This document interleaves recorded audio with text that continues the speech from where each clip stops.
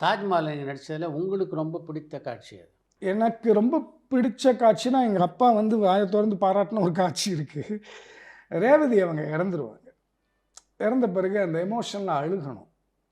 அது வந்து கிளிசரின் போடாமலே நேச்சுரலா பண்ணேன்.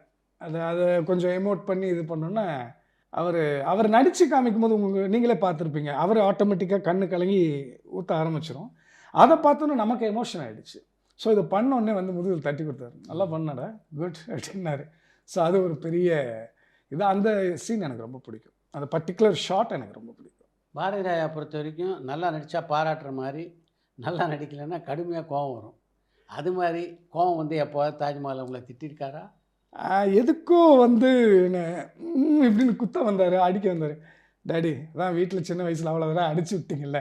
சும்மா இருங்க. நீங்க சொல்லுங்க நான் செய்றேன். எல்லாரும் முன்னாடி அடிச்சு நீங்க அவமானப்பட்டுக்காதீங்க அப்டின்னு சிரிச்சுட்டாரு. திட்டு நெறைய வாங்கியிருக்கேன் அவர்கிட்ட. அதுக்கு அதை மீறி அவர் வந்து அடிக்கல நம்மள. அடிக்கல. அது செல்லமா சொல்ல "ஏய் பண்றேன், பண்றேன்" அப்டிம்பாருல்ல.